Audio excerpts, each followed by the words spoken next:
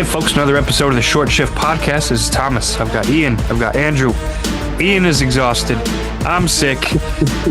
Andrew, does anything ever affect you? I don't think you have any ailments, any issues.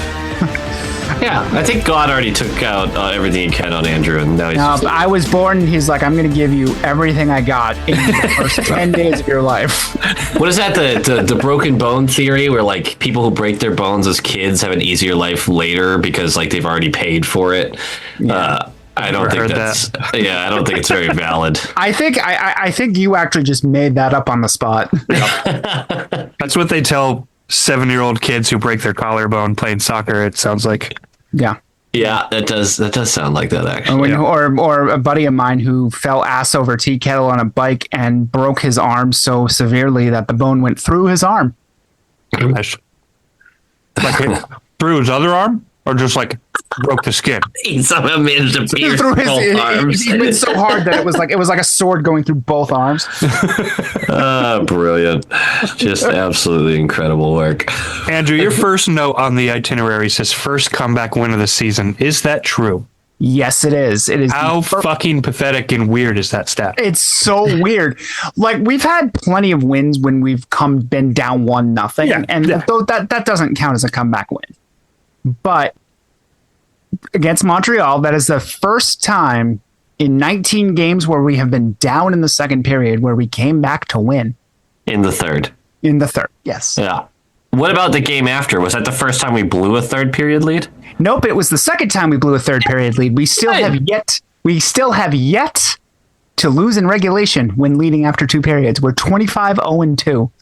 We have to be the only team that's done that, right? I believe so, yes. I can't imagine that's a common thing in this league. No. Yeah, 25-0-2 when leading after 2, 1-18-0 when trailing after 2. Yeah. And also, this is the best stat of all. The Boston Bruins are 9th in the league right now. In the whole league. In the whole league. The whole ass league. In the whole ass league. They're 9th in the whole ass league, still occupying the last playoff spot. Yeah. Yeah. Well... Thanks for that, douche. I'm going to bring a little positivity here. No, it is positivity. Hold on. The East is so good. Yes. There's one team with less wins than they have losses. Last I looked at the standings, I think there was one team in the East in the East. Yeah. Is it Toronto? It's not Toronto. No. No, it feels like it. I might be wrong. I'm also all Sudafed up, but hell yeah. Is it the good stuff? It is the very good stuff. I just mentioned it to you right before we record, but yesterday, right as puck drop, I took the Sudafed pills or whatever the fuck they are, and I didn't make it to the halfway point of the second period. Oh, so you're to blame for Nashville coming back. I mean, when I went to sleep, we were up. Yeah, good point. That's a really good point. Yeah, and then when we woke up again, we'd won. Yep. I will say the best point about all of this is, and of course, if you lose that Nashville game, I think there's a totally different vibe because you blew 2 leads in a row there. Like, that would be... Sure. But, so, right now, there's a couple games in hand, but there are 6 points separating the Bruins in the second wild card spot and the next closest team, which is Florida. This is the first time this year where I've looked at the stands in the East and seen some sort of separation. Yep. And it's great. And Toronto keeps losing, which is also great, just for, vibes in general. But that I want to talk about them really later nice. in the show, so some foreshadowing there. Great. Being top 10 in the league at game 54, never would have predicted it. I just never would have. There's no way. Thomas expected it. Just to circle back, it's the Rangers. Like, not counting overtime losses, the only team who has lost more than they've won in the entire East is the Rangers. Not counting, I get it. Okay. Yes. Yeah, the Rangers suck. Yeah. Yeah. Getting your loser point is whatever. I look at those wins and losses as a better indication of what this team is, or that team is, or whatever the case is. And the Rangers, 22-25, and then 6 overtime losses.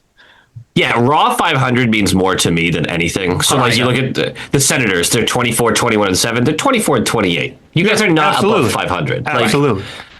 Yeah. The Boston Bruins are 30 and 23. They're 31, 20, and 3. 31 and 23.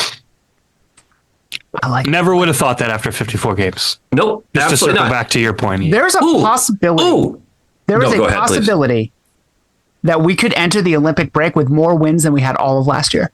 That is possible. I want to revisit a point that I made. It could have been 6 weeks ago. It could have been yesterday. I don't fucking know.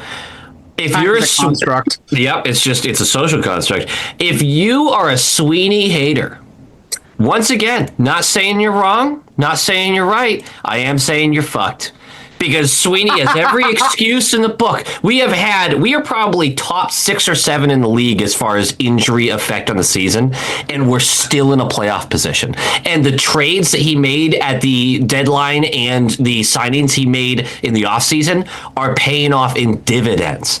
It is a unbelievable performance and yes, you can make the argument that, like, well, they're getting better results than they deserve analytically. I don't give a fuck. Those are the results.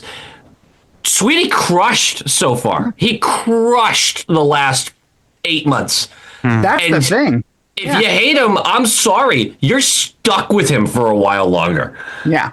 And that's the thing, though, is like this team is getting skull fucked analytically. If you want a microcosm of how this season has gone, look at the Predators game. Yeah. The Predators dominated possession. Still lost. Still lost. Yep. And goaltending is part of the team. I just love to bring that up because the expected goals for and against, like, well, that team outperformed you. Did their goalie? Because ours fucking did. Yeah. Like, what do you want? You want me to not count the goaltender when it comes and to usually what those are the deserve? people who just got shut out by Jonas Korpisalo. Yes, exactly. No, this is an incredible season for what we expected, for what anyone should have expected. And every analytic model was like, the Bruins are screwed. And hey, maybe they're still right. There's still plenty of time left in the season, but 54 games, and I am locked in every night. I'm like, I can't wait to watch the Bruins. Yeah. I never would have expected that. Yep.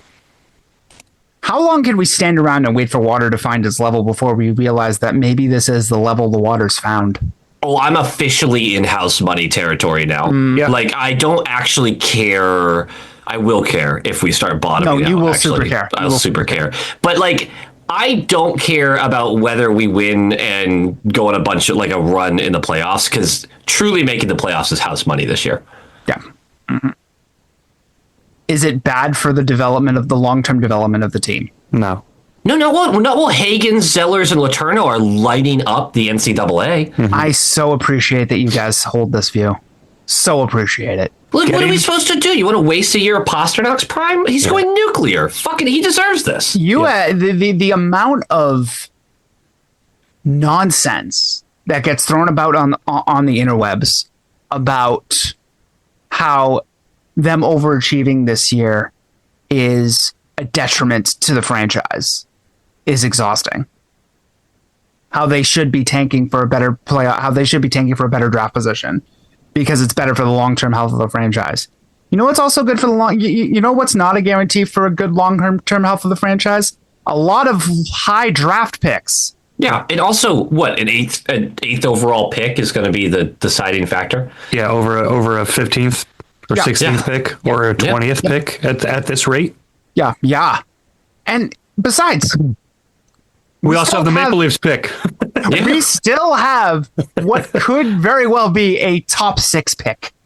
Yep.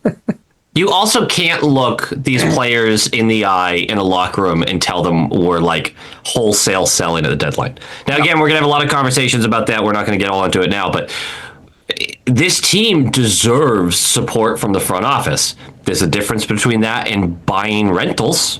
Mm-hmm. We've already been over that. Yeah. But you simply can't tell this team, like, we're not investing in you. Yeah. They have done everything you've asked plus some. Yep. And also in the long term, looking at what this roster is on paper, when you ask a player right now, they're going to tell you, like, no, we're a playoff team. Like, we could make a run. We love this team. I love the guys in the locker room, blah, blah, blah. They can also look on fucking paper and say, we shouldn't be where we are, but we are. And why?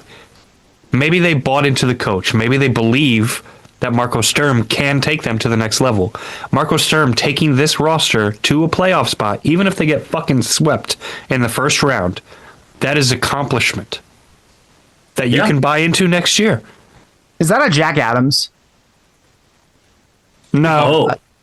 No. That's a regular season award. If Marco Sturm brings this team to the playoffs, is that a Jack Adams win? I don't think finalist. He's a finalist. For it. I think he's a mention. You think he's a mention? Okay. You think he's a finalist, Ian? I say finalist because I think Cooper over in Tampa Bay has this pretty much on lock. That team obviously has a ton of talent, but they just weren't supposed to be doing what they're doing this year. And so this also is a legacy award, I think, for him this year. I think it's pretty clearly going to go to him. Gross.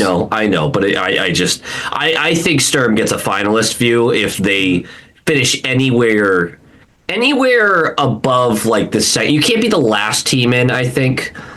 So if it's the first wild card or one of the three divisional, I think he gets a finalist vote. I think there is precedent. Joe Sacco won Jack Adams. By the way, that's a thing. Yeah, sure is. By taking a Colorado Avalanche team that was picked to finish last in the entire NHL to the final playoff spot. Sure, so, but we weren't quite down that bad, right? Right? Thought we were worse. Look, as long as it's not Quenneville, I'm happy with whoever fucking gets it. But obviously, an acknowledgement to Sturm would be a nice little tip of the cap, and I'll appreciate that. And I think that's better for the long-term health of the franchise because you're going to have a lot of young kids. Fraser Minton, Murat Husnudinov, with any luck, James Higgins, they're going to get that playoff experience with a guy like Sturm, who has already commanded respect in that room. Yep. And he's really, I mean, these young guys are performing. Like he's had to have something to do with that. Yeah. Yeah. I think a lot of it is just like it's so different than the last two real coaches we've had. Joe Sacco doesn't count as a real person. Sure. But the last two real coaches that we've had, it's so different because here's the message. Here's what I want from you. You're not doing that? Okay. Do this. And not, well, I could get this from you. I really would want this from you, but I could also get this from you. Sturm's like, no, I'm putting you in this position and I want you to succeed here. You saw that you saw that with Husnudinov. Does anybody remember that Husnudinov began the year with like 5 straight scratches?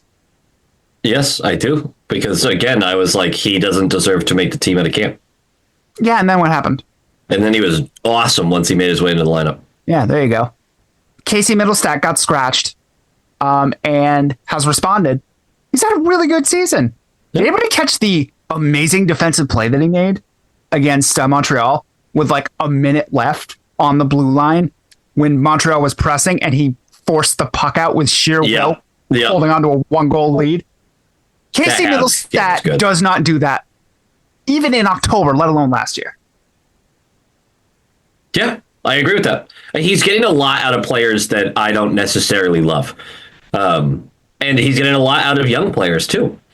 And Fraser Minton might be up for a really big boost because we don't know if Elias is our 1C for the short term in the future here. We don't know yet.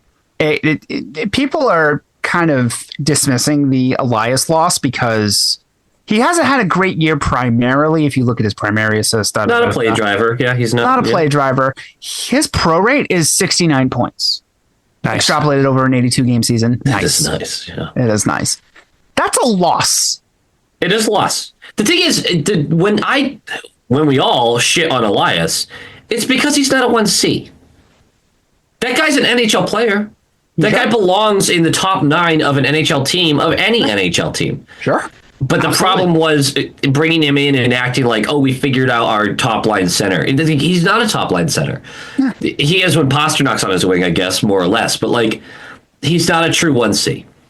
That's still a massive blow, because now you are bringing someone up that is probably playing a little bit above their station.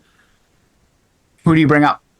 Fraser Minton takes over 1C. He does 100%. He's almost a point per game in his last 13 games. Who do you bring up from Providence? Oh, you don't have to bring anyone up.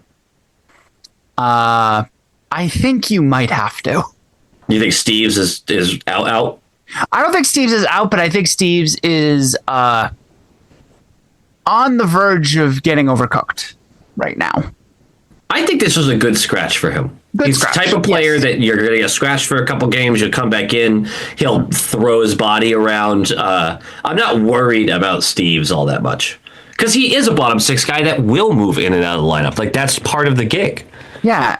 And would you like to see maybe a Dan's Loschmelz maybe slotting in for that 3LW? And kind of rotating with Steves a little bit if it's a longer term, if Elias is out longer term, and assuming maybe Fraser Minton doesn't move up wholesale, maybe they like pasta with Husnudinov. Yeah, that's possible. Mm-hmm. I mean, we've certainly seen it work before. Right. If I were to call up a player in Providence right now for this style of play that they want to go with, I'm trying to get in the head of Sturm, and I think it's going to be a vet. I don't think it's going to be one of the younger guys. You don't think so? I don't think so. Even if it's a longer term out? So you're saying Patrick Brown, basically? I'm kind of saying Patrick Brown, and I hate that. It's not what I'm rooting for. I'm trying to think if there's another name that I'm kind of glossing over here. Oh, Blue Mel is likely to come up. Meh. I know. I get it. Aggressively meh. I think if you want to stick with the style of play that they're going with, which, I mean, I guess there's a bit of a debate about what that style really is, because defensively they aren't stellar. But I could see a Duran coming up. I could see a Bancroft coming up. Bancroft is definitely a candidate for me. Yeah, they're consistent. You know what you're getting, shift in and shift out. Bancroft has been not good in Providence. He has not been stellar points wise. No, he's a boring player. Yeah, but he's extremely boring. Yeah, I mean, I want to disagree with the Patrick Brown thing. I think player wise, he probably makes the most sense. But with his role in Providence, I feel like he's not going anywhere.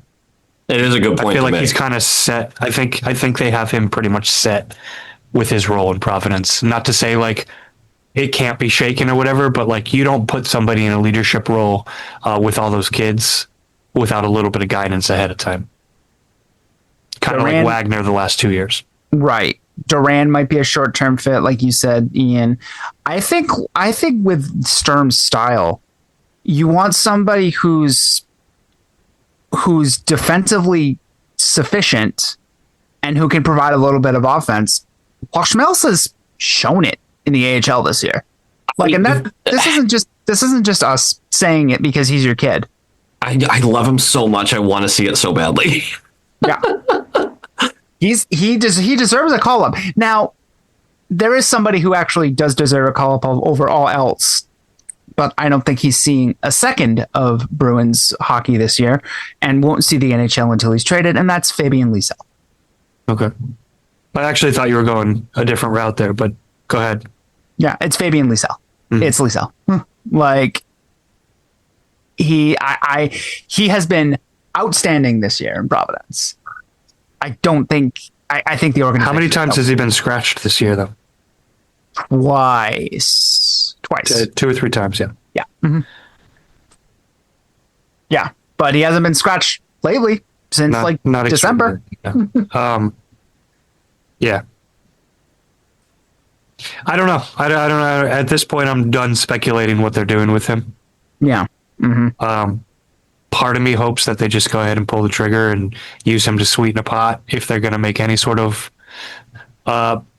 play at the deadline that'll set us up for the next year or two. at least. I He don't can know. still be a good piece. I He's don't know. very talented. I think he can be. Yeah. Mm-hmm.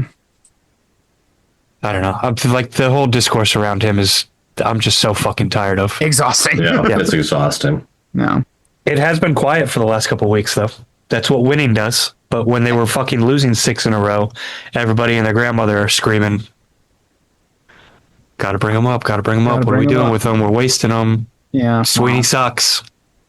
Yeah, fire Sweeney. Well, like Gotta Ian fire him. said, y'all are stuck with him. You're so stuck. You're so stuck. He also bought has all the himself at least excuses. another year.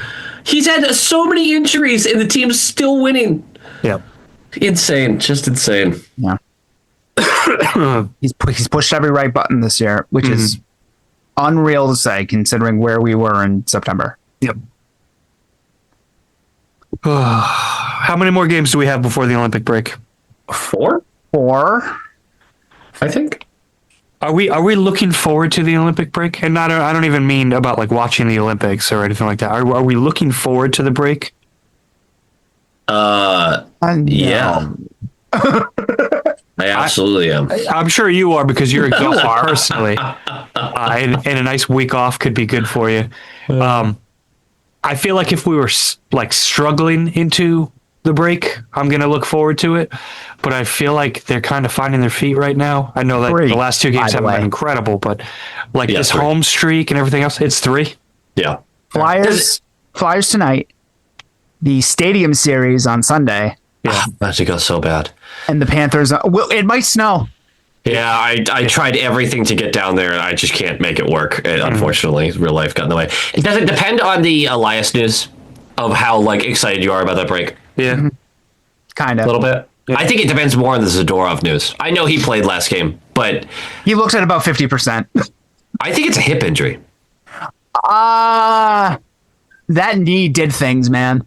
I know, but like it's watching his stride. I'm like, it feels like it's coming from a little higher up. I don't know. I mean, obviously, could be very wrong. I'm no doctor, but I don't know. I don't know what he's 42 playing minutes through. last night. He's a monster. The guy's a monster, and he still looked mostly good. Like it's just something's not right. Yeah. Well, I mean, we saw the fall. Yeah. But honestly, is it weird that the Zadorov stuff, you saw the fall, he comes back, the next game is fine. Okay, great. Elias, how was that an upper body injury? I saw the contact, and I was like, he aggravated something, bracing for the lower contact. Right. Yeah. That's scarier in my mind of like, that feels closer to a non-contact injury. Like, well, boys, did you hear the word that was used for Elias for the injury? Testing. That's not good. not great. Not great. This team has not had good injury luck this year. No. And I think that if this is a longer term injury, I think you really consider bringing somebody up from Providence. Yeah. That's not Patrick Brown. 9th in the league, by the way. 9th in the league. I think to your point, I didn't want to say Lamels, but like he does probably fit the MO for the guy who's going to be the most consistent in a call up. Thank you. I appreciate you agreeing with me. It feels like they'll give him the Brune treatment though, and really make sure because they love the guy. The coaching staff loves him, but they also love Brune, and for some reason they're really letting him cook. Do you mind it? No, not even a little bit, especially with the way the team's performing. Like, what are you going to say? Do you mind it with Brune? No, 22 for a defenseman. I don't really worry about their true prime starting till like 24, 25. Defensemen are just different trajectories altogether. Right. Unless your name is Matthew Schneider. Yeah, that's wait, Schneider? Schaefer? Yeah, I was like, hold on. Matthew Schaefer. You got Matthew used to Schneider Brendan is Schneider. an old hab. By the way, not to compliment a Hab, but Caulfield getting a hat trick against the Bruins. What a filthy player. What a fucking sick ass moment for that kid. And to still lose the game because the Habs suck. Get fucked, loser.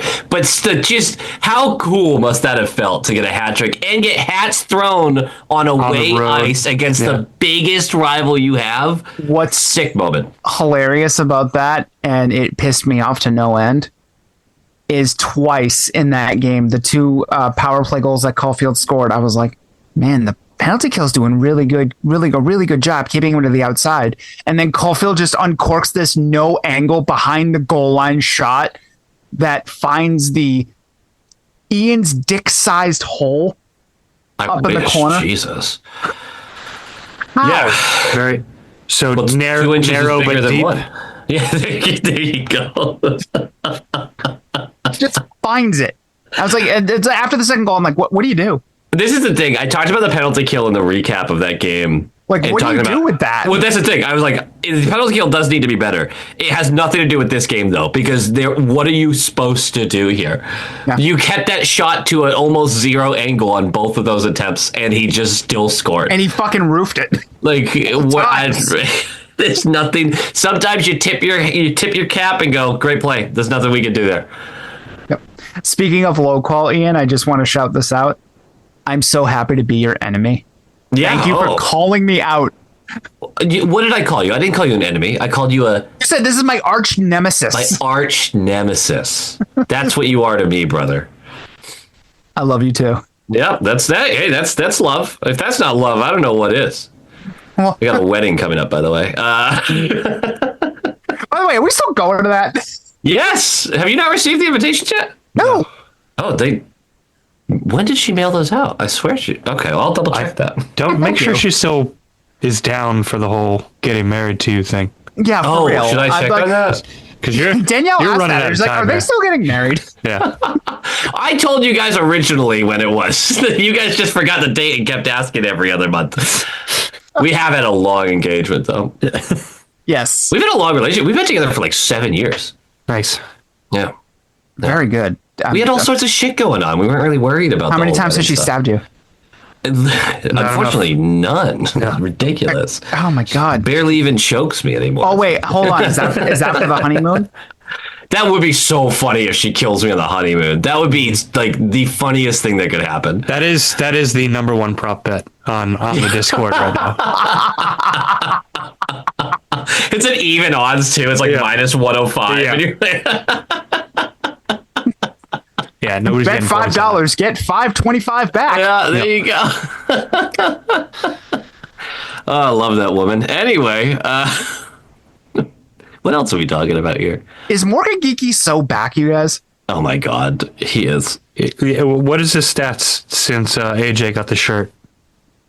5 goals and 2 assists, I believe. Something like that. Yeah, In he's five he turned it goals on. in 5 games. Yep.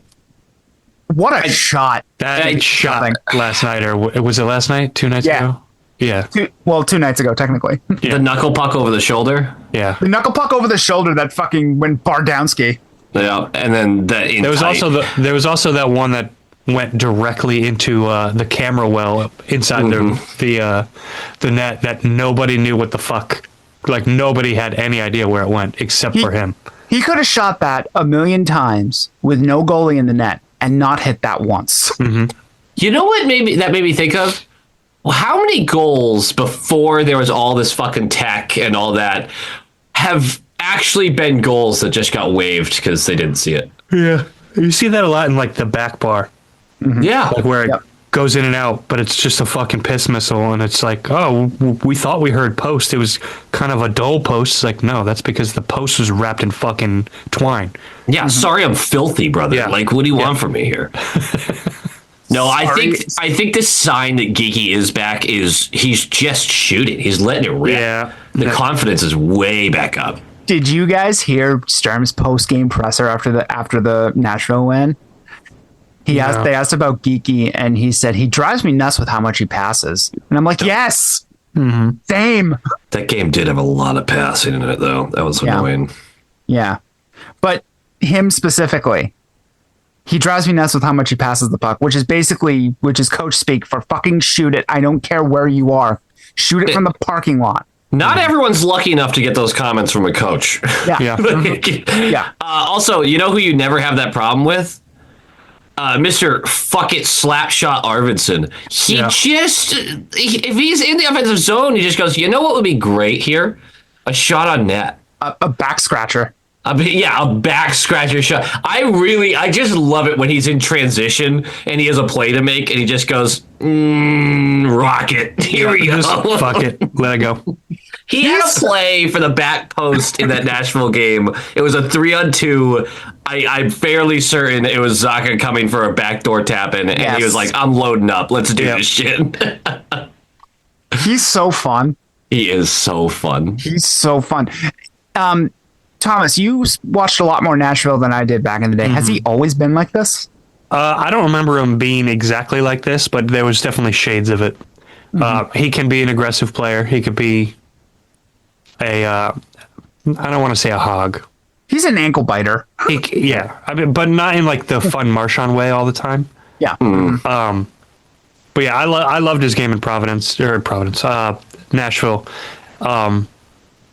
I haven't always seen it here, and I think I told you guys in the offseason when we got him. And I was like, I would have loved to have had him on this team like 4 years ago. Yeah, he was potting 34. Of course you would. Well, I mean, I think he only did that once ever, but just his game, it's slowed down a bit from what I remember in Providence. But I also, Jesus, why did I say that twice? Sudafed, ladies and gentlemen, it's good. It's the good stuff. Especially It's when when you you get crack, behind the when you counter. crack it open and pour it on a spoon and then light it at the bottom. It's fucking good. No, like I liked him a lot in Nashville, and I want to see that player here, but you don't get it you don't get that night in, night out. But he's been some nights, definitely. He's given it more lately, I would say, than he did in the beginning of the season. Beginning of the season, we were all wondering why the fuck he was on this team. How are you spending that money on this player? But and we liked the trade for him too. We didn't mind it. Funny. No. I distinctly remember, at least I think it was myself and Andrew, but we really liked the whole that's no cost and there's only upside there. And then through the first couple of weeks of the season, you're like, Jesus, this guy's a total liability. yeah, it made a lot of sense why they would be willing to give him up for nothing. Yeah. But, no, I think he's found a role here, and I'm happy about it. I don't see it lasting much longer, but No, he needs to be traded at the deadline. There's too much value there. Yeah. He simply can't. He had an interview with Fluto Shinzawa last week where he admitted he was like, I know why I'm here. yeah. And I know what my purpose is. He was speaking very philosophically. Like, I don't know if he was talking hockey in that moment, though. It's only a game. Why He found Christ. But it was actually super refreshing to hear. It's like I love this team and I love being around this team, but I know why I was traded for and I know what the end game is. But I'm going to help this team as much as I can until I'm out of here. And I was like, hell yeah, fucking hell yeah. He has less goals than Fraser Mitten? Yes. What? Yeah. That's absurd. And I know Fraser Mitten has 12 more games played, but still. Yeah. I gotta look at these shot totals. Hold on, because there's no way that they're even close. Well, I mean, when you're loading up for clappers on 2-on-1s, you don't tend to score as much as you could. Yeah, it's 13-12 in goals, by the way. It's not like a margin. Shots are 69 for Fraser Mitten for 13 goals. Nice. 115 for Arvidsson. I love that for Arvidsson. Me too. It's never a bad thing. He's probably got a few assists out of it for sure. Exactly. Not bad. Not bad at all. But Interesting. yeah, I know that's really funny. Speaking of Swedes, Hampus Lindholm's an Olympian, guys. Yay. I hate it. You're not enthused about it. I'm annoyed because yes, I love it for him as a human being, but as a fan all of I this care team, about right now about that.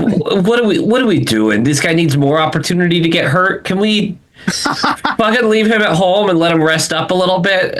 Also, he just had a kid. God, this team is popping out kids like a fucking rabbit factory. Yeah. Just dropping loads everywhere.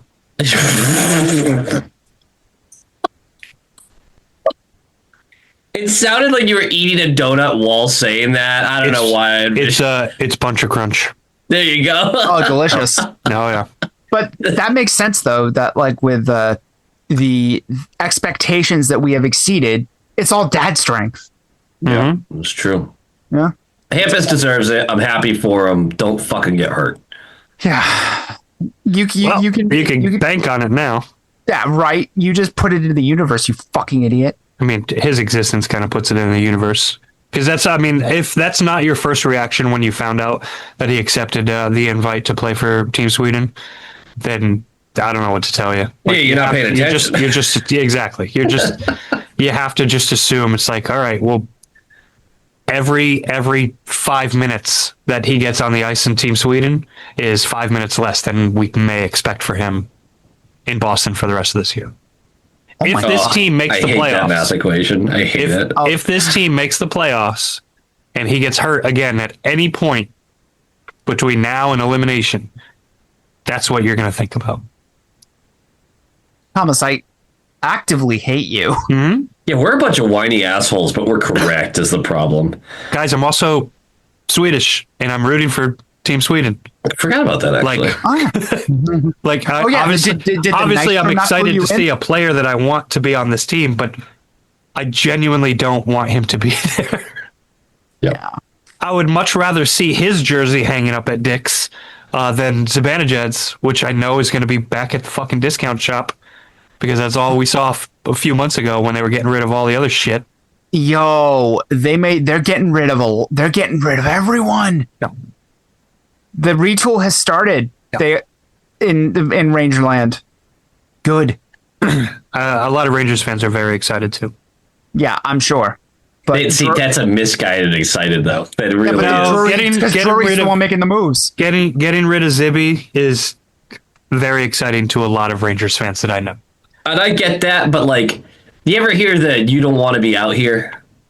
Like when someone's considering breaking up with their significant other of a long time, and like, I don't know, man, it's tough on these streets. Yeah, the retools and rebuilds. Like the Bruins are in a blessed place right now. The Rangers look like they're gonna have a harder path back. They have a ton of guys over 30. Yeah, well, they have a ton of guys over 30, and they're holding out Artemi Panarin from now until the Olympic break. Which they should. Why did more teams not do this? Rasmus Anderson played the day before he was traded. That was at his request. Fuck off! I think that's the only reason. Yeah, I hate it. So this is again, players can't run the team. What are we doing? Mm-hmm. I want to play one last game in Calgary before I fuck off from Calgary. Yeah, right. That. Yeah. Hey, I want to lose one last time so I can really hold on to that. Oh, that's right. I forgot. Another thing that's going to make the Rangers rebuild suck is if they're not bottom 10 in their farm system, they are very close to it. Mm-hmm. Very true. Oh, man, they are. One of their best prospects, Brendan Ottman, he's been in fucking Hartford for 4 years now, it feels like. Yeah. Yep. Like there's not much coming up. The one who famously whined when Parker Wotherspoon went after him. Yeah. During the preseason last year. I forgot about that. Yeah. That was so funny, and it will continue to be funny, and he will never live that down. Yeah. I'm not saying that the Bruins have a great farm system. They're not much better than the Rangers, but there's at least a couple of players that are exciting to me that haven't already been in the AHL for a half a fucking decade. Yeah, I mean, the point that gets glossed over is the Bruins did this while their franchise pillars were all 30 or younger. Yes. Mm-hmm. Yeah. Right. I mean, it's. I don't want to sit here and tip the cap too much to Sweeney, but there's something to be said for that alone. That they've been right there in the competitive. They've been a playoff team consistently in his tenure. Yes. Last year was a down year. Last year was a down year that started slower. We had just lost some key fucking people, like our captain, and then lost the next captain halfway through the year. But we also had an absolute disaster in the coaching situation. Yeah. And that was just a throwaway year. And we thought that this year would be not much better. Boys, it's a lot better. Yep. Yeah, and look, the wheels could come off, but it is a good start. They can. It is a really good start. We're already 54 games into this season. The wheels would have come off a lot sooner if it was realistically like a bad fucking team. True. Now, if the wheels come off, it's going to be a critical injury that we can't overcome. And I'm not going to throw names out there because I don't want to speak that shit into existence. But there are players on this team that if you lose, we're done. Mm-hmm. Yeah. And at that point, you can't. I know you said this earlier, Ian, but Sweeney gets a pass at that point. Oh yeah, it's just players go down. Like there's not much. He already gets a pass. It's already done. But you can criticize the depth, but depth has kind of been a little bit of a strong suit for us. Not like great depth, but like, did we have Steve's penciled in? Mm-hmm. You know what I mean? Like, did we have a decent season out of Tanner Janot penciled in? Right. And his fingerprints are all over all of it. All over. Yeah. And more than anything, I want to really compliment our pro scouting team, because your scouts are built out to, like, there are ones that are focused on NHL players, AHL players, and then of course there's ones focused on all the teenagers around the fucking planet. The pro scouting team has done an incredible job with Fraser Minton and Husnudinov bringing them in and being like, no, these are real guys. And they turned into real guys damn near immediately. Yeah. With Husnudinov, it was a classic case of misuse. Minnesota didn't know what they had in the player. Yeah, I mean, it's how we started out too. We put him on the fourth line, and you and I were like, "Are we serious right now?" Yep. And it took Marco Stern to be like, "You're not. I'm going to try you on the fourth. No, okay, we're going to put you higher. Oh, you work on the first line? Cool, neat. Yep. You work next to Pasta? Huh, that's unique." And they broke that line up. Kiki started scoring again. And they're like, all right, let's put him back up top. I'm like, okay. I really do prefer Husnudinov on the line with Pasta over Kiki. But I do. I like that. I like that line. That first line was cooking, though. So. Yeah. Oh, man. Well, we already touched on one of the topics on the Whip It Out. I do like this. Did Craig Berube fight a fucking bear? What the fuck happened to him? It looks like a face transplant. Yeah. That's the best way I can say it. Like that scar is going to be absolutely fucking insane. He will never have to fight anyone else at a bar ever again, because you are going to look at that man and he is going to look terrifying. Well, Berube was already has the reputation of someone being fucking terrifying. Yeah. You had that scar? Remember Guy Boucher? No. Okay. Yeah, I thought that was rhetorical. Yes. Yeah. Okay. Yeah. He looked terrifying, and it was because of that fucking scar. That scar right on the top of his head. Apparently, it was an accident at the gym. I don't know. Wrong answers only. Happens. What accident at the gym causes that scar? It's like a perfect half circle. 5 inches above his like hairline. When he gets slapped really hard? It is fucking insane. I'm looking at it again right now, like that mixed with the black eye on the bench and all that stuff. Like, I don't understand how that just happened. Like, unless a weight fell on your head. Like, that had to have been it, right? Fucking nuts, dude. That had to have been it, right? I feel like there's more to it. Like, William Nylander just threw a weight at his head? No, like this looks like the mark of the whore type shit. Like this looks like a on purpose. He fucking owed money to the wrong person, and they gave him a fucking scarlet letter on his fucking head. You know what I mean? Like, does it not look purposeful? Yeah. Anybody who hasn't seen it, like, you're on your phone all day. Google this shit. Look at this fucking dude's head. Yeah, it's I maybe doing skull crushers and dropped a weight, or what's a skull crusher for those who don't know? It's just it's a tricep workout where you kind of have the weights over your head and you're lifting them back and forth. Yeah, but like that shape, the shape doesn't make sense to me. It doesn't. I don't know. Ian, what's your conspiracy theory? I like the he owes the wrong people money. That would explain a lot about the Leafs this year. Yeah, beyond that, I he's old. Maybe he fell downstairs and doesn't want to admit it. Does that mean? That felt mean. The scar's too perfect. I mean, scars are scars, man. Like we can speculate about that all day. Scars end up in weird shapes all the time. No, this is like Marvel movie scar. Yeah, right. It really is. This It's is so. prosthetics. I saw it and I was like, "That's kind of gross." Can we? I saw it and I cover was that? like, that's not real. Yeah. Yeah, it looks like prosthetics. Yeah. It looks like he did a bit for like a NHL commercial and forgot to take off the makeup. Is he trying to galvanize the team somehow through it? It's not working for what it's worth. It's like Ric Flair gigging himself on the forehead. Yeah. I don't know. That's a tough look. The black eye also throws it off, where it's just like, how did you get a black eye and then a cut 5 inches above that? Doesn't he have two black eyes? I mean, he might. Yeah. I'm seeing one, but it looks like just his left eye. So it's like, bro, like, no, this looks like some level of assault. If you manage to do that to yourself in a gym, you should never be allowed around gym equipment ever. Never again. should be allowed in a gym ever again. No. Exactly. Things are not going well in Toronto. No. No.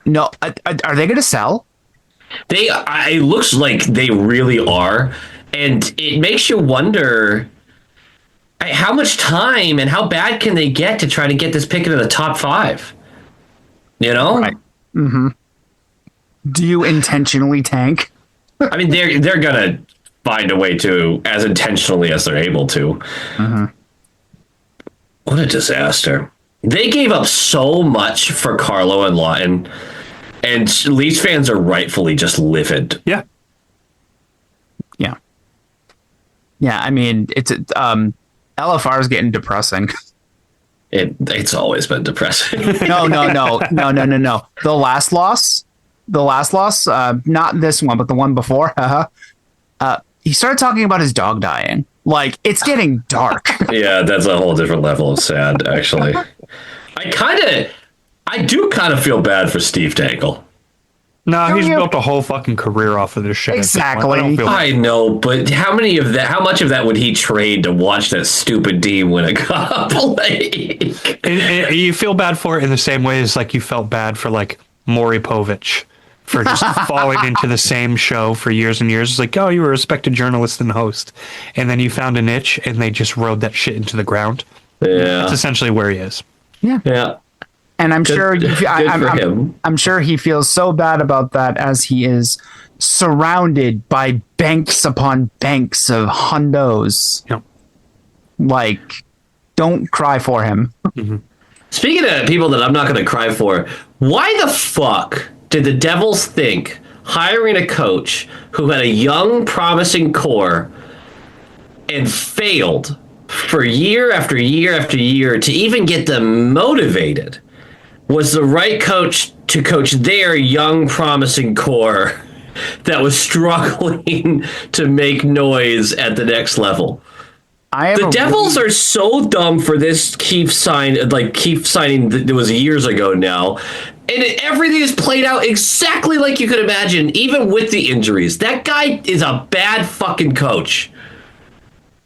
I have a really easy answer for that. Go for it. GMs are uncreative. That's all it is. Keefe was a name that was available, and that guy was a coach. Snatch him up. Yeah. The bad coach. It's GMs doing just enough to try to keep their job. Mm-hmm. Yep. Nobody takes risks anymore. And I'm not saying that hiring Monty was a big risk, but it was more of a risk than a lot of other hires. Did it pan out? For a few months. Yeah. But they took a shot. And it was exciting to see some fucking balls coming from our front office.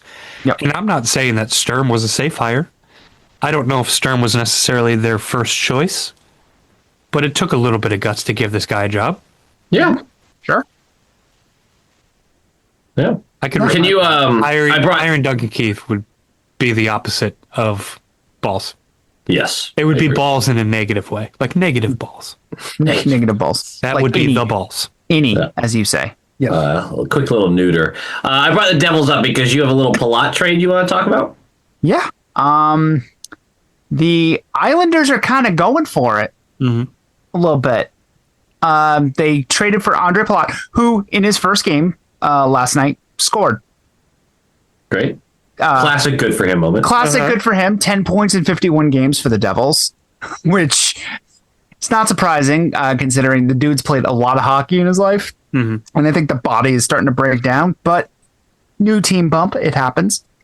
Andre Palat was along with a 2026 third and a 2027 sixth to the Devils to the Islanders, excuse me, for Maxim Siplikov. Mm-hmm. So they got Palat with 2 draft picks, no retention. Islanders are loading up a little bit.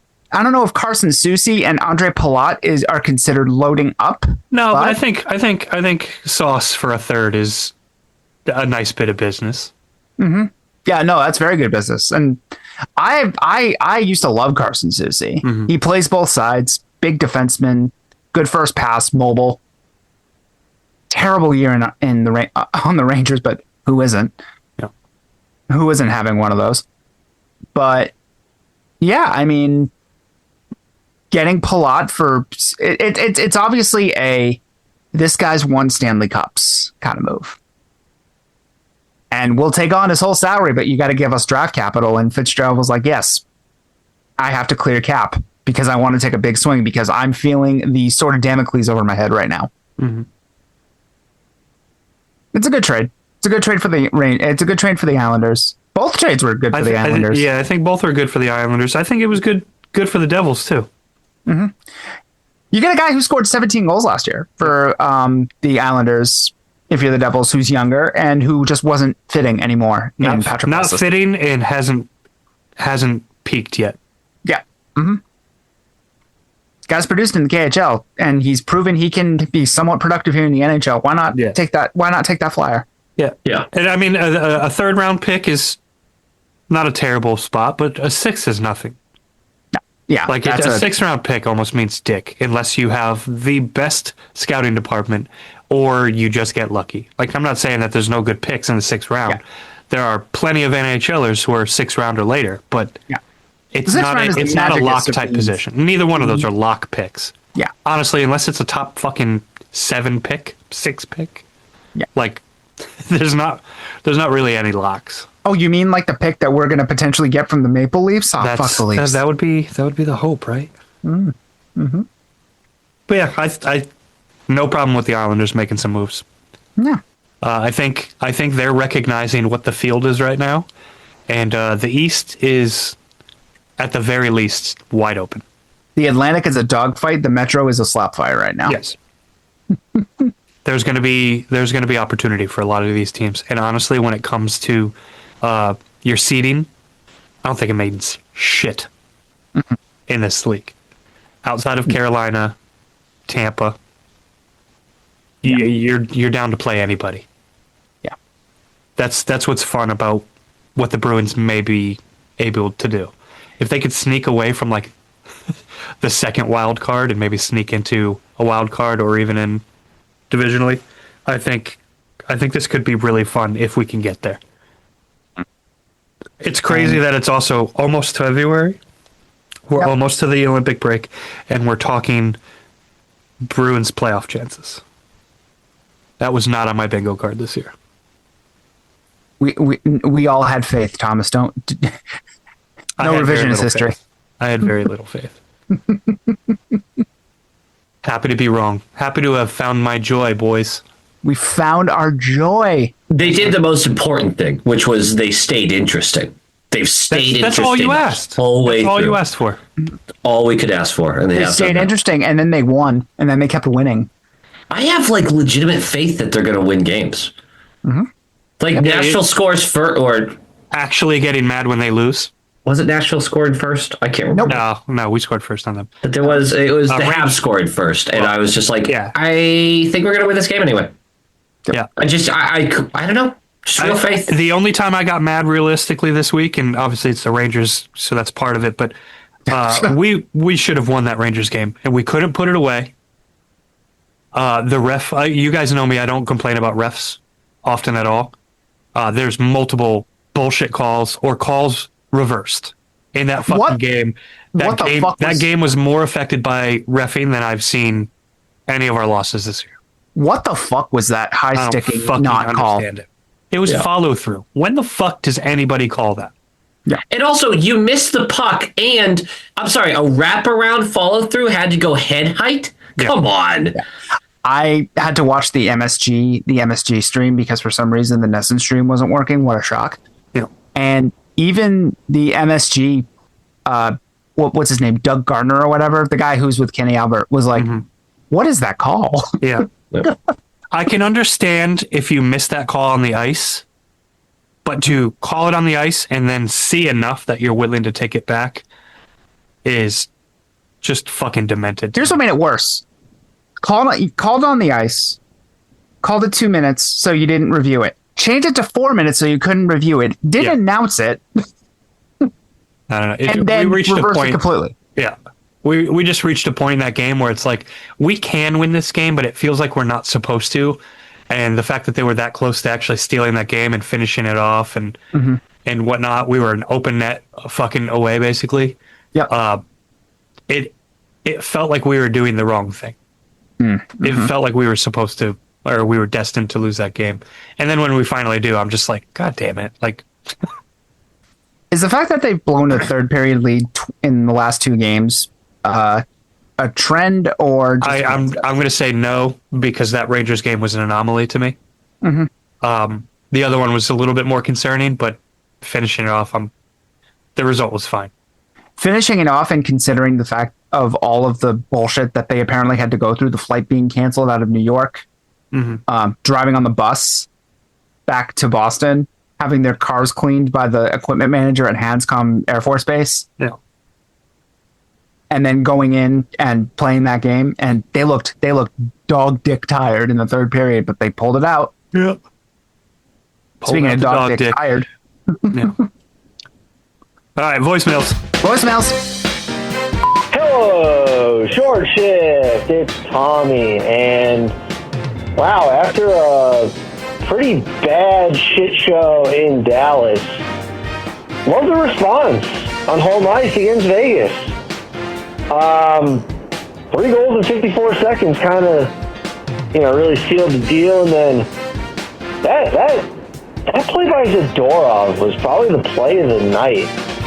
Some silky mitts, feeds it to Pasternak. They almost blow it, but I'm happy to go into Snowmageddon with a W in the hopes that I can watch the Bruins kick Montreal's ass on Saturday night.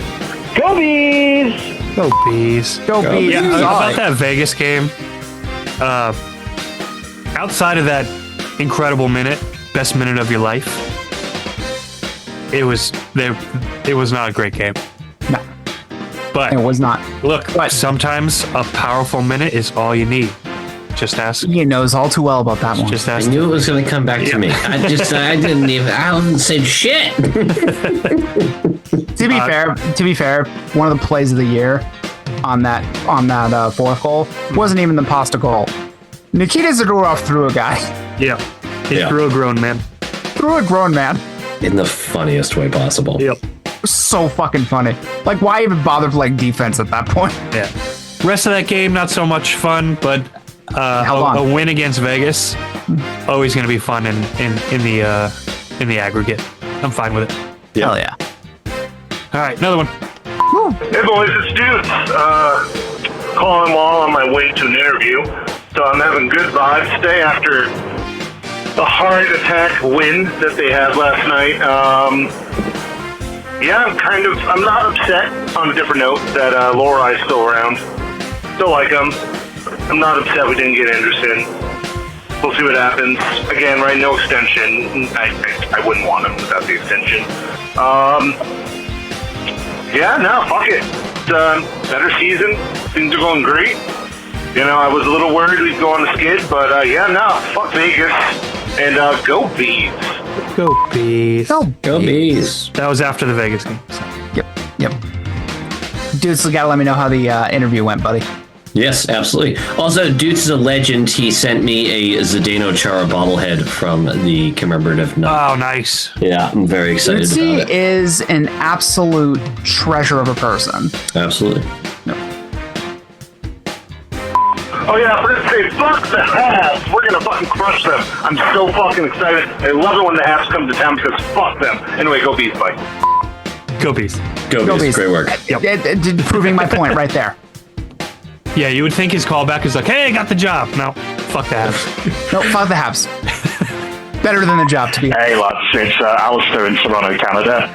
Excuse me and apologies for this call. It sounds like I'm in a Russian nuclear sub from the 1980s. I think it's my phone. Question about Victor Arvidsson. Are we keeping him? What's going on? Everyone seems really keen on having him in the team. Like, he's in his mid-30s. I thought the idea was to flip him to get a better draft pick than what you originally gave him up for. But he's fast, he's quick, veteran presence, seems like a nice dude, but are we keeping him for another $4 million for a couple of years? Let me know. Hope things are good. Go Bees. All the best. Go Bees. Go Bees. Is there Love the any? accent. Yeah, is there any scenario that you can see them keeping him? You know, if a I deal mean, other than doesn't- we don't get the right return back for him at the deadline. Right, that's the only way, because the standings have separated all of a sudden, and what was a seller's market is actually starting to creep towards. There might actually be a kind of a buyer's market this year. Like, yeah. And if that's the case, and Arvidsson's not going to get you a decent return, and we got to go back to this of like, well, what message are you sending the team that is grinding out these wins? Maybe you just say, you know what? If we're not getting a return that we like, we'd rather just keep him for this season and play it through. And, Self-rental. yeah, it's a self-rental. He's not re-signing here. Like that seems a pretty foregone conclusion. But like, I don't know. A deal. If someone's like, I have a second on the table for him, like, yeah, I send him off. But it just kind of depends on how much the standings separate and how much we're really looking at as sellers versus buyers. Yeah. I think that's the only scenario where we keep him is that somebody's offering. What's the absolute lowest that you let him go for? Probably late second. Ian? Yeah, if someone's offering me a third or a middling prospect, I'm more interested in keeping him in the room for this year. Yeah. Okay. And people can say bad asset management all you want, but if you have a playoff team, why are you going to weaken your team unless there's something really of value coming back? Yeah. Shit has changed. Yeah. A lot of things have changed in the last couple of months where, there is a scenario that they keep Arvidsson, but again, Arvidsson seems pretty keen on being like, I will go wherever I'm told. Yep. And again, I think the offseason comes and he gets an offer that we're not willing to match. I think that's pretty clear. But that being said, I do want to point out that Peak should be traded for a bag of bagels. I'm totally fine moving off of him, no matter what the circumstances are with the standings. We call them day olds up here. Dales. Yeah. Ben Sherratt just got a 3-year extension for almost $4 million. Yeah, I saw that. That's Andrew Peak is getting a first-round pick. If he does, the fucking boner that I will have. I mean, we might hit 3 inches for the first time in my life, man. We might get close. The big three? He might see it past his belly when he looks. I might see it. Just might. Haven't seen it in a long time. I am 205 Does Tiffany have to pounds. describe it to you? There's a response there. I'm not going to give it. Damn it. I can't disrespect my fiance like that. But let's just keep this one moving. We got another voicemail. You disrespect her every time you show it to her. Next call. Damn it, that was a good one too. Yeah, don't let him have that. It's pretty good. You want me to? I could go back and edit that out. I'll just throw a mute over it for no reason. Here's another one. Good evening, short shift. Holy shit. We finally had a third period comeback. How wonderful is that? Genuinely, oh God.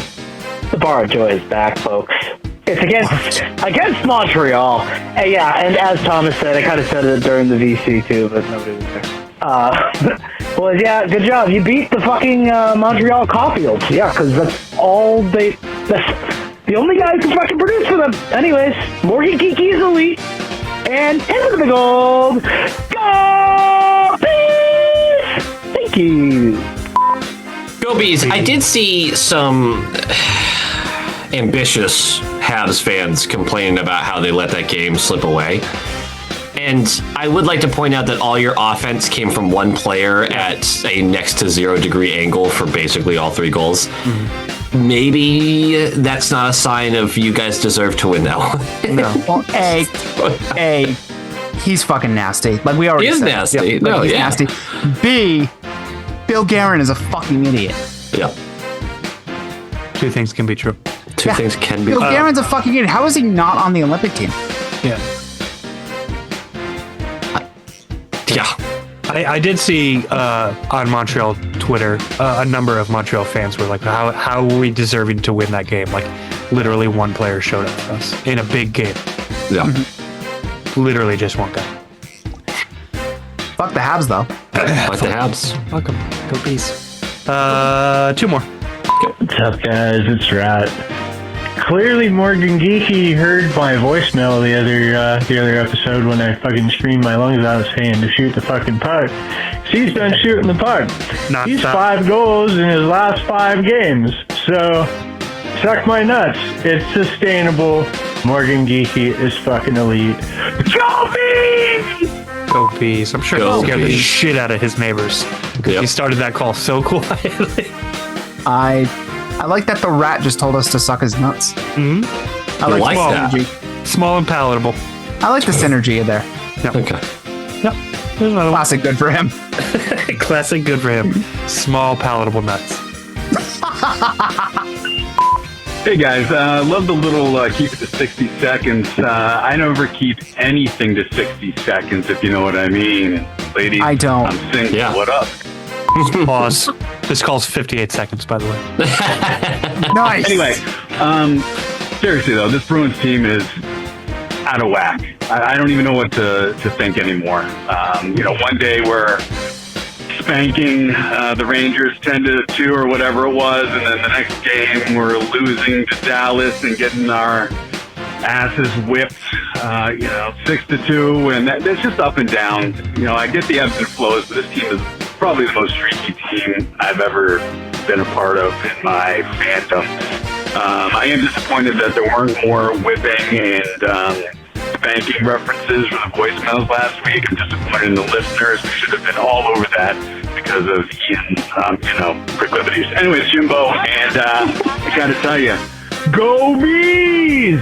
Go Bees. Go Bees. This is definitely the most streaky Bruins team we've seen in a very, very long time. Just literally on paper, where they win 5, they lose 4, they win 6, they lose 6. It's the light switch goes on and off on this team.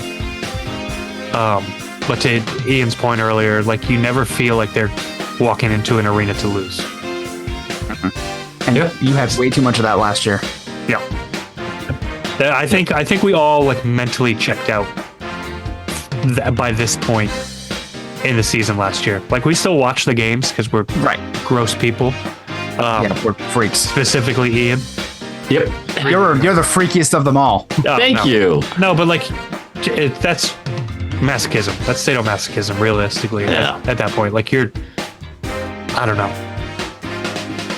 Whatever makes you come, but that's that'll do it for voicemails. If anybody wants to call the voicemail line for next week, the number is 860-506-5444. Let's do predictions and get the fuck out of here. I hate to elongate this, but can I just say one thing real quick? Oh yes, do it. Belichick not getting in as a first ballot Hall of Famer. Insane. Suck dicks. It's stupid. And I had just made this point of the internet is a place where you can say something that is 100% true, and some asshole is going to come out and be like, actually, no matter how true it is, you can say anything on the internet and someone's going to try to correct you. And so I do this whole spiel about how if Belichick doesn't belong in the Hall of Fame, no one does. There's no coach that will ever belong in it. Because not voting for him first ballot implies that he doesn't belong. Right, or that there's a debate about it. And I had people legitimately come back to me and say, well, if you take away the years he had Tom Brady, which is 20 years, 21 years. Of Stop his right career. there. Stop right there. Yeah, let's eliminate the large majority of his career.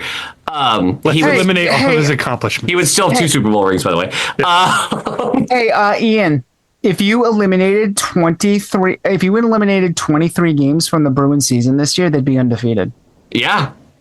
You actually do see people talk about that a lot too. I do enjoy, like, you remove the 2 6-game losing streaks, and this team, like, you can't really remove those. So. Yeah, it's dumb. It's Andrew, dumb. you were the one who made that point a couple videos ago. It's dumb when you do it. Yeah, there you go. I just find it absurd, and people who are trying to find a way to defend it with, like, Deflategate or Spygate, or saying that it was all Brady, as if Brady didn't get 3 of those Super Bowls off of pure defense anyway. Like, you're dumb. You're a dumb person who has bad Bill opinions. Belichick not part of the team like the goalie? Right? Like, Yeah, right. do you think Tom Brady wins 6 Super Bowls in New England if he doesn't have Belichick? Come on. Can we be serious for half a second? Oh, he would have won 3. Great. He would have won 3, not 6. Yeah. Fuck you. I just Still a Hall of Three is Famer. also still more than He's still, like what 92% of the league. dude, look up coach statistics for, like, how many coaches as a head coach win a Lombardi. Yeah. To have more than 1 is incredibly rare. To have, he has 8. Not all of as a head coach. 2 Well, of them 6 as a head coach, 2 as a coordinator, but that's still, is he not part of the team as a coordinator? I just find it so incredibly stupid, and to try to defend it makes you look really bad. Ridiculous. Yeah. Well, I mean, you could literally watch actual footage of something that happens and still tell everyone that it's fucking incorrect too. That seems to be happening here lately too. So Yeah, sure does. Sure fucking does. and Ian, like, it just blows my mind that you can convince yourself of anything. Like, as long as you're sure of it, it's not a lie. You know what I mean? It is easier to convince a man of a lie than convince a man that he's been lied to. Yep. Yep. Nobody wants to admit that they're wrong. Instead, they'll fucking go down swinging in ignorance. Yep. All right, now we can do predictions. I just had to get that off my chest. It's No, stupid. absolutely. I mean, there's the Hall of Fame is a weird animal to begin with, but that seems like the automatic lock. Yeah, kind of a joke. And it's a similar thing with like baseball, where it's like to not let somebody get in on a unanimous vote or a first ballot type thing. Like, And- there's players that have exceeded that expectation. And when you talk about a Hall of Fame, like the best coach in NFL history, it is literally at that point a jealousy thing or a popularity contest or whatever. It's like, oh, I don't like him personally, so I'm not going to put him in. You're a fucking stupid bitch at that point. Like, I don't know what else to say. Like, you're just that you don't deserve a vote then at that point. And Ian, I want to shout you out real quick for the point that you made. Is like, if you have voter fatigue, then obviously you don't deserve a vote. Yeah, give it up.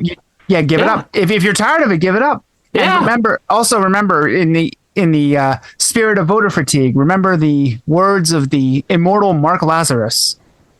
There are more than Patrice Bergeron is not the only two-way forward in the NHL. Yeah, he's only the best one. You know, the thing you were voting on, you fucking donkey. Yeah, incredible. Incredible. All right, Flyers tonight, home. All dubs. trip dubs, right? Trip dubs. Yeah. Yeah. Yeah. Lightning on Sunday, going to be outdoors, going to be wearing a neon taxi cab on our Might body. be snowing. We don't know. Might be snowy. This one's going to be an interesting one. Lightning are good. Very good. Very good. Really fucking good. I have a loss here. I have a loss. I bet on Bruins in stadium games. 100. Yeah. Give me a dub. Absolutely a dub. We'll give you a dub. And then we finish off the pre-Olympic era at the Panthers. He's in his pre-Olympic era. Well, I mean, also, Very good. we got a couple of days off in between, too. So they're going to be hanging out in Florida. What just happened? I'm trying to think out loud right now. I felt like something passed there. No, not yet. Not yet. I'll fire one off while this is downloading. I'm gonna say dub. I'm gonna say dub here. I want to go and I'm willing this to happen. I want to go into the Olympic break with a dub. I got a dub. I think I have a really hard time going all dubs for this one. I think this is a letdown game. I'm going to go with a loss. No, this is going to be really frustrating too because the Panthers are chasing us in the standings, and beating the Lightning would be an excellent feel-good moment, but it's not like we're going to catch them in the standings, so it's almost one of those games in my mind, like we're going to get through both those games and go, I would have switched those results. Mm-hmm. I know it's the same, like 2 points, but the 4-point swing and everything, like against the Panthers, It's going to be a big one, though. That's a big, big game. Yep. That's a big game. I mean, it's a great way to end basically a month of no hockey. Yeah. Or begin a month of no hockey. A month of no NHL hockey. Yeah. I'm hyped for the Olympics. I don't know about you guys. I'm still not there. Not there. Yeah, I think I'll get there, but I'm not. Yeah. I think after the spectacle of the outdoor game, I'll start to get a little bit fired up just knowing that the NHL is going to go away for 3.5 weeks. Mm-hmm. I think I'll get there, but obviously we'll record next week. We have the game Sunday. We have Monday, Tuesday off. Game Wednesday. So theoretically, we record Thursday or Friday. Not sure. Not sure where we'll land. Mm-hmm. But I do have a feeling that we're going to have some interesting things to talk about. Any closing thoughts for this episode, boys?